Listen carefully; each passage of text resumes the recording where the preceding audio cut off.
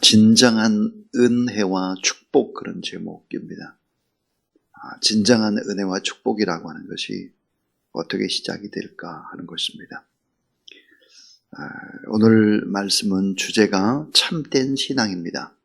참된 신앙, 온전한 신앙. 신앙을 갖는 데는 세 가지의 동기가 있어야 온전한 신앙, 참된 신앙이 가능하다, 이렇게 말할 수 있습니다. 그 하나가 인간 능력의 한계를 경험하는 것입니다. 인간 능력의 한계. 내 능력으로 아무리 해도 잘 안 되는구나. 내가 무능하구나. 내가 할 수 없는 것이 너무 많구나. 이런 한계를 느낄 때 우리는 교만하지 않고 여호와 하나님 앞에 나갈 수 있는 것입니다. 또 하나, 인간 생명의 한계를 느껴야 하는 것입니다. 인간 능력의 한계. 내가 일들이 잘 됐다. 그럼 교만해지죠. 많은 것을 가졌어도 곧 죽게 된다고 하는 생각. 인간 생명의 한계를 경험해야 하나님 앞으로 나아갈 수 있는 것이죠. 또 하나는 인간의 한계입니다. 내가 참 불의한 존재구나. 내가 참 옳게 살아왔다고 생각을 했는데 돌아와 보니까 내가 옳은 것이 하나도 없구나. 인간의 한계입니다. 이 같은 한계 앞에서 예수 그리스도를 만나게 되는 것이 하나님의 은혜요, 하나님의 축복이다. 오늘 본문에 베드로가 예수 그리스도를 인격적으로 영접하고 베드로가 예수 그리스도의 제자가 되는 그런 과정들을 설명하고 있는 것이 오늘 참 중요한 본문입니다. 오늘 이 본문 속에서 몇 가지 중요한 교훈들을 받고자 합니다. 그 첫 번째가 실패의 밤이 은혜와 축복이다 하는 것입니다. 실패의 밤, 은혜와 축복이다 하는 거예요. 하나님은 어떤 사람을 쓰실까요? 실패를 경험한 사람을 쓰는 것입니다. 삶을 디자인하는 선택이라는 책에 보면 이런 내용들이 있습니다. 한번 읽어보겠습니다. 밤새 그물질을 냈지만 두 손에 잡은 것이 없는 어부들이 있었습니다.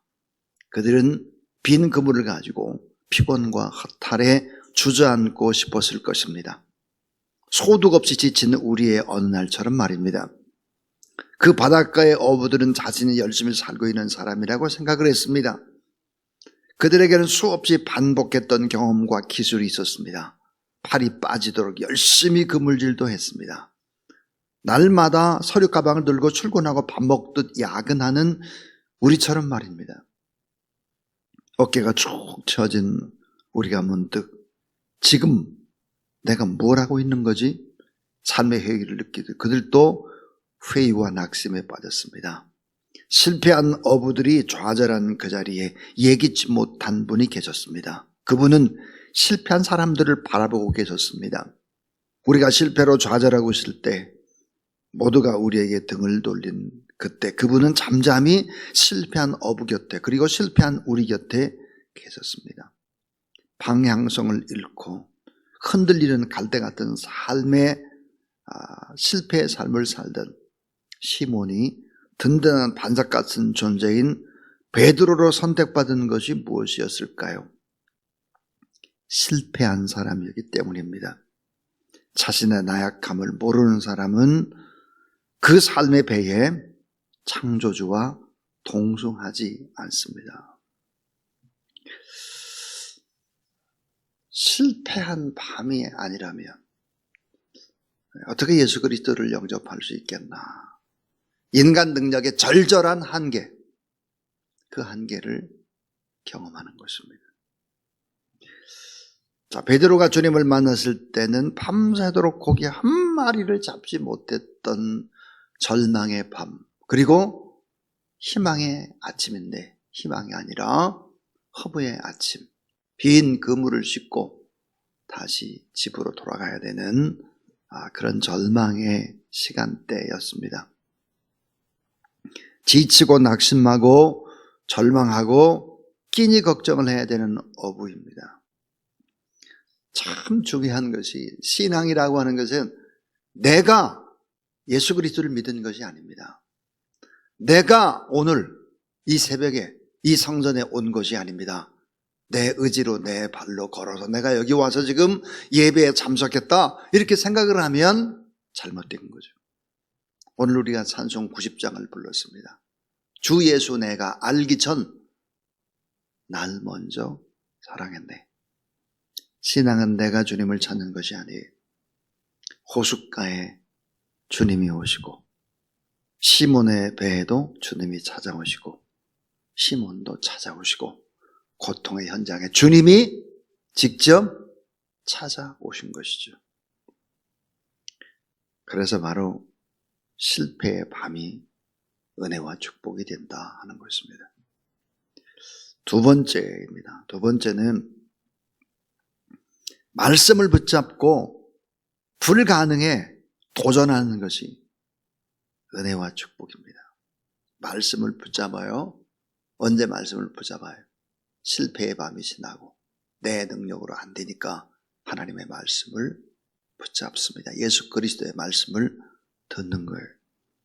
자, 1절에 보니까 무리가 몰려와서 하나님의 말씀을 들을세. 그 다음에 보니까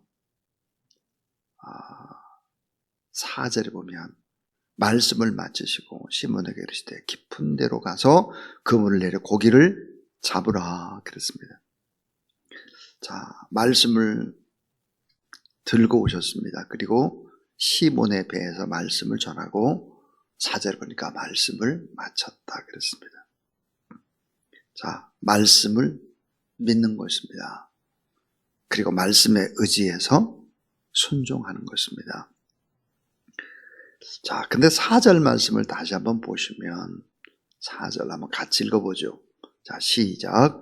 말씀을 마치시고 시몬에게 이르시되 깊은 데로 가서 그물을 내려 고기를 잡으라.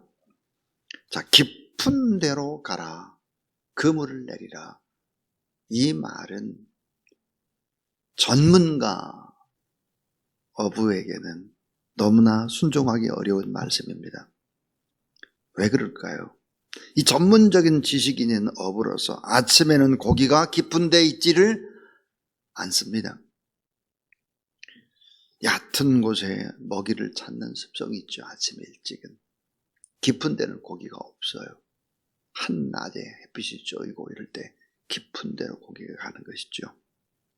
전문적인 지식을 꺾고 경험상으로 터득한 환경이라는 지식도 꺾는 것입니다. 그리고 말씀을 믿고 말씀을 순종하는 것입니다. 인터넷에 아무리 뒤져봐도 내가 가지고 있는 지식과 내 경험을 가지고는 도저히 말이 안 되는, 순종할 수가 없어요. 계산이 나오지를 않아요. 그런데 하나님의 말씀이 진리인 것을 들었기 때문에 그 말씀을 붙잡고 불가능 앞에 도전해 가는 것이죠. 이것은 은혜와 축복인 것입니다. 자, 말씀을 붙잡고 불가능에 도전하는 것이 은혜와 축복이다. 내 생각으로, 내가 아는 지식으로, 내가 경험한 바로 내 잡동사니 지식으로 아무래도 불가능한데 하나님의 말씀이기 때문에 순종하는 그런 여러분 되길 주의 이름으로 축원합니다. 그럼 길이 열려요. 하늘의 축복의 문이 열리고 인생에 풀리기 시작을 하죠. 그런 경험들은 여러분 많이 했을 것입니다. 그 다음 세 번째는 하나님을 만나지 않은 인생은 찢어지는 그물과 같다라고 하는 것입니다. 자, 하나님을 만나지 않았어요. 내 힘으로 살려고 하는 인생, 찢어지는 그물과 같다. 이걸 깨닫는 것이 은혜와 축복인 것입니다. 자, 예수 그리스도를 인격적으로 영접하지 않았을 때, 다시 말하면 세상적인 가치관을 가지고 세상적인 일을 할 때 고기가 많이 잡긴 잡아요. 그물이 찢어지는 것입니다. 다 새어나가는 헛된 일이 되는 것이지요. 전도서 1장 2절에 보니까 헛되고 헛되며 헛되고 헛되니 모든 것이 헛되도다. 다 헛되다. 이 말을 한 사람은 누구죠? 이 전도서를 쓴 사람은 솔로몬입니다. 그러니까 부귀 영화를 다 누려봤습니다. 모든 것을 가져봤습니다. 모든 쾌락을 다 맛보았습니다. 체험했습니다. 경험해 보았습니다. 말 한마디면 모든 것들이 다 자기 뜻대로 됩니다. 그런데 뭐라고 말하나? 헛되고 헛되며 헛되고 헛되니 모든 것이 다 헛되도다. 전도서 12장 13절에 보니까 일의 결국을 다 들었으니 하나님을 경외하고 그 명령을 지킬지어다. 이것이 사람의 본분이니라. 아무리 세상적으로 해봐라 되나? 아무리 해봐라 행복한가? 아무리 해봐라 거기에 의미 있고 가치가 있나? 이게 불가능할 거다. 근데 여러분 참 놀랍게도 요한복음 21장 11절 말씀을 보면 같은 장소예요. 갈릴리입니다. 같은 시간대입니다. 아침에. 같은 사람들입니다. 근데 부활하신 예수 그리스도를 만난 그 제자들 베드로 앞에 자 그물을 오른편에 던져라. 여러분 오른편에 던진다고 하는 것은 뭘까요? 왼편을 포기하는 것입니다. 순종이라는 건 바로 그런 거예요. 한쪽을 포기하고 그물을 던졌는데 고기가 엄청 많이 잡혔는데 그물이 어떻게 됐을까? 요한복음 21장 11절 따라하세요. 이같이 많으나 그물이 찢어지지 아니하니라. 고기를 많이 잡았어요. 오늘 본문은 어때요? 고기 많이 잡았는데 그물이 찢어졌어요. 요한복음 21장 11절에는 고기가 많으나 그물이 찢어지지 않았다 그랬습니다. 우리는 꼭 알아야 합니다. 하나님이 없는 인생, 내 노력으로 살려고 했던 인생이 얼마나 헛된지를 이걸 깨닫는 것이 하나님의 은혜고 이게 축복이다 하는 거죠. 전도서의 인생론, 전도서가 뭘 가리키나? 물질주의, 돈하고 성공주의라고 하는 이 물질주의, 성공주의라고 하는 것은 어떻게 그 다음에 갈까? 향락주의입니다. 먹고 마시고 놀고 향락주의죠. 결국은 향락주의는 어디로 끝날까? 허무주의로 끝나는 것입니다. 허무주의. 여러분 시간이 없이 바쁘고 영혼 구원을 하는데 정말 물질도 부족하고 시간도 없고 정신없이 뛰고 바쁘고 열심히 일을 하고 가족들을 부양하고 이런 사람들이 우울증에 걸리는 거 봤습니까? 전쟁터인데 무슨 우울증에 걸려요? 전쟁터인데 무슨 외로울 시간이 있어요? 팔자 좋은 사람들의 얘기죠, 이게. 의미와 가치와 목적을 향해서 열심히 뛰는 사람들에게는 그런 생각 들 수가 없어요. 총알이 빗발쳐오는 전쟁터인데 어떻게 외로울 수 있습니까? 전도서는 뭘 얘기하느냐? 돈, 물질, 성공. 그것은 결국은 향락으로 간다. 그렇게 벌고 누린다 할지라도 향락으로 가고 그 끝은 허무다 하는 거예요. 하나님이 없는 인생은 찢어지는 그물과 같다. 이것을 깨닫는 것은 은혜요 축복이다 하는 것입니다. 근데 여러분 더 놀라운 축복이 기다리고 있습니다. 아까 제가 인간 능력의 한계를 알아야 된다. 인간 생명의 한계를 알아야 된다. 인간 의의 한계를 알아야 된다 그랬는데 자, 베드로가 예수 그리스도를 인격적으로 만나고 나서 놀라운 고백을 합니다. 자, 8절인데요. 오늘 요절이라고 했습니다. 시몬 베드로가 이를 보고 예수의 무릎 아래 엎드리되 주여 나를 떠나소서 나는 죄인으로소이다. 그러니까 진정한 은혜와 축복 네 번째는 죄인임을 고백하는 것은 은혜와 축복이다 하는 거예요. 내가 죄인이구나. 십자가라고 하는 것은 내가 가장 큰 죄인인 것을 깨닫게 하는 것입니다. 우리 가족 가운데 내가 제일 큰 죄인, 우리 교회 가운데 가장 큰 죄인, 이 나라의 민족 가운데 나보다 더 못한 사람은 없는 거죠. 이게 십자가입니다. 예수 그리스도를 만나기 이전과 이후는 완전히 달라졌죠. 오늘 본문에 보니까. 자, 그것을 우리는 어떻게 알 수 있을까? 자기가 죄인이라고 고백할 뿐만 아니라 5절을 한번 보시면 5절 시몬이 대답하다 이르되 선생님 그랬습니다. 선생님. 예수 그리스도를 선생님으로 부르고 있습니다. 인격적으로 예수 그리스도를 만나고 난 다음에 8절을 보면 선생님이 변하죠. 주여 나를 떠나소서 나는 죄인으로소이다 그랬습니다. 예수님은 그저 랍비 선생님에 불과한데 이제 그 예수 그리스도를 만나고 나니까 주님, 내 인생의 주님, 칭호가 바뀌죠. 그리고 내가 의인인 것처럼 당당하게 큰 소리 빵빵 치고 살아가던 베드로가 주여 나는 죄인입니다. 그렇게 고백합니다. 이 고백은 위대한 고백입니다. 이 고백. 자, 마지막 더 놀라운 은혜와 축복입니다. 그 다섯 번째는 영혼 구원의 도구가 되는 것은 은혜와 축복입니다. 영혼 구원의 도구가 되는 거죠. 참 우리 주님은 어떤 분이실까? 실패하고 절망한 사람들을 찾아오시고 그들의 아픔을 공감하시고 그들과 함께 하실 뿐만 아니라 더 중요한 것은 그들에게 비전을 심어준다는 것입니다. 비전. 요한복음에 보면 똑같은 얘기인데 뭐라고 얘기를 하고 있는가?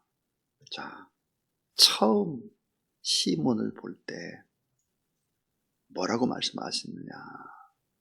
너는 지금 시몬이지만 장차 게바가 되리라 그랬습니다. 장차 게바가 되리라.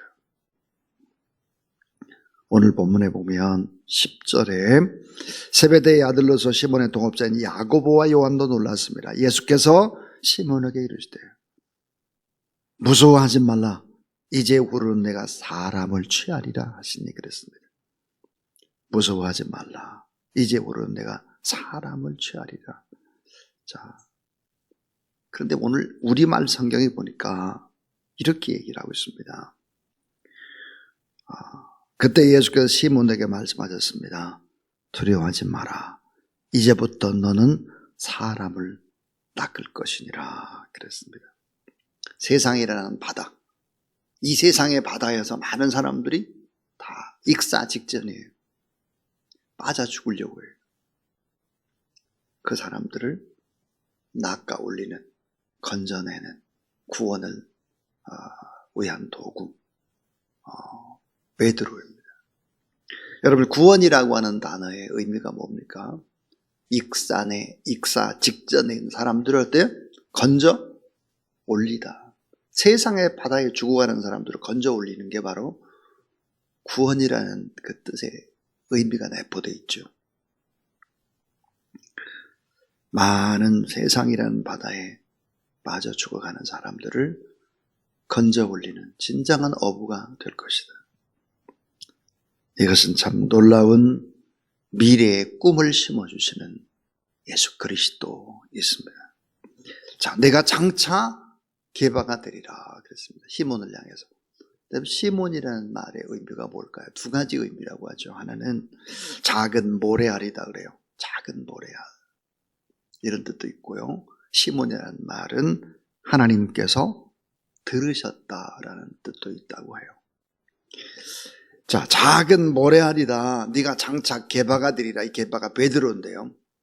피터, 베드로. 이 베드로는 거대한 반석, 거대한 바위라고 하는 뜻입니다. 이 반석 위에 내가 교회를 세우리라. 예수 그리스도를 보고 나의 주, 나의 하나님이시다 고백할 때 내 믿음의 반석 위에 교회를 세운다 그랬습니다. 미래에 소망을 심어주시는 예수 그리스도다. 자, 영혼 구원의 도구가 되는 것은 이건 놀라운 축복, 이건 선택받은 사람만 누리는 그런 하나님의 은혜이죠. 그래서 오늘 이 본문 속에 진정한 은혜와 축복, 그런 제목으로 하나님의 말씀을 전했습니다. 신앙의 동기가 돼야 하는 것이 뭘까 하는 거예요. 그것은 바로 인간 능력의 한계, 인간 생명의 한계, 인간 의의 한계, 이런 한계 앞에서 예수 그리스도를 만나는 것은 은혜와 최고의 축복인 것이다. 신앙은 내가 앞장서서 개척해도 되는 것이 아니다. 여호와 하나님께서 나를 찾아오셨고, 오늘 본문에 보니까 호숫가에 주님이 직접 오시고, 시몬의 배도 주님이 찾아오시고, 시몬도 만나시고, 오늘 보니까 베드로, 야고보, 요한도 함께 부르는 것입니다.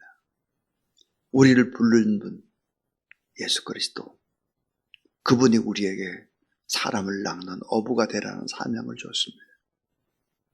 이것보다 더 은혜와 큰 축복은 없다 하는 거죠. 때로 우리가 실패의 밤이 은혜와 축복이 될 수 있다. 말씀을 잘 붙잡고 불가능한 벽 앞에, 지식과 경험이라는 벽 앞에 그걸 깨고 도전할 수 있다면 이것은 은혜와 축복이다. 하나님이 없는 인생은 찢어진 그물과 같다. 이걸 깨달으면 깨달을수록 은혜와 축복이다. 죄인임을 고백하는 것은 은혜와 축복이다. 영혼 구원의 도구가 되는 것도 역시 은혜와 축복이다 그랬습니다.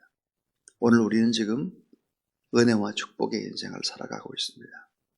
하나님 앞에 감사하며 찬송하며 이 거룩한 길을 잘 걸어가는 저와 여러분 우리 모두 다 될 수 있기를 주의 이름으로 축원합니다.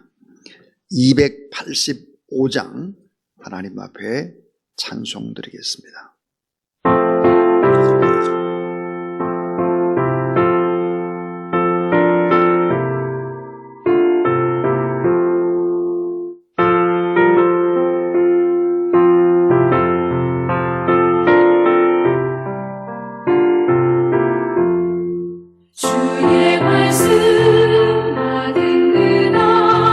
참 기쁘고 복되도다 이 기쁨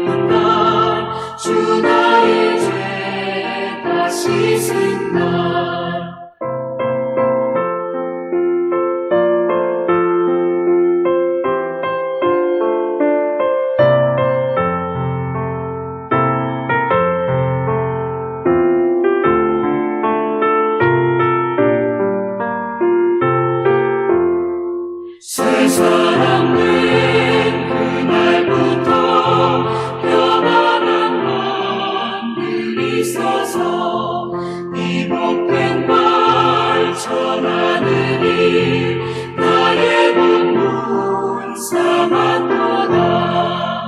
기쁜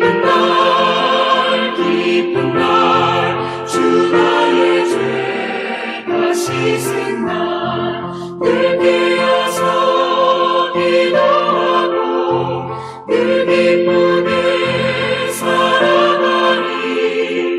기쁜 날 주 나의 죄가 씻은 날.